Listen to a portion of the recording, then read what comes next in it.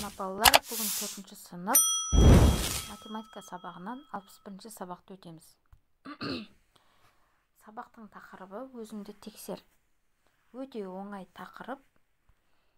Бірінші тапсырма. Әрбір өрнек үшін тиімді есептеу тәсілін жаз. Бірінші есепте 9 пен 10-ды көбейтеміз. 90, 720-ны 90-ға бөлеміз. Яғни 72-ні 9-ға бөлеміз. Тең болады 8. Екінші есепте 425-ке көбейтеміз. 100, 100-ді 28-ге көбейтсек 2800. Тең болады 2800. Үшінші есепте 29-ді 3-ке көбейтеміз. 25-ті 4-ке көбейтеміз.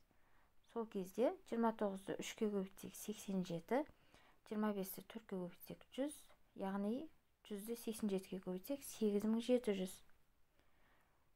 8700 тең болады. Келесі. Қалдықпен бөлу кезіндегі бөлінгіш А, бөлгіш Б. Бөлінгіш А, бөлгіш Б. Бөліндінің мәні S. Және қалдық R. Арасындағы байланыс формуласын жаз. Осы формулада қалдық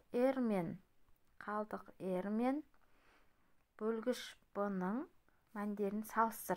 Яғни, бізге мына формуланы керек.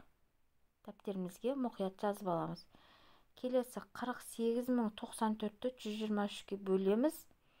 391 бір қалдық шығады екен. Келесі тапсырма. Есепте бізге есептеу тәсіліне қара деген, яғни 123-ті 200-ге көбейтеміз 24600. Ол үшін оңай есептеу тәсілін 2-ні 3-ке көбейтеміз 6, 2-ні 2-ке көбейтеміз 4, 2-ні 1-ге көбейтеміз 2, яғни 2-нөлді қоса саламыз артына. Келесі 123-ті 26-ға көбейтеміз, тең болады 3198. 693 бөлеміз 300-ге. Бұл жерде 2 нөлді сызамыз.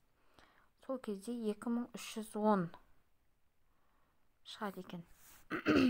Келесі 4914-ті 39-ға бөлеміз, тең болады 126. Бүгінгі сабақ осымен аяқталды. Өте қысқа сабақ. Каналға тіркеліп қойыңыздар. Плейлист бөліміне өтіп қараңыз.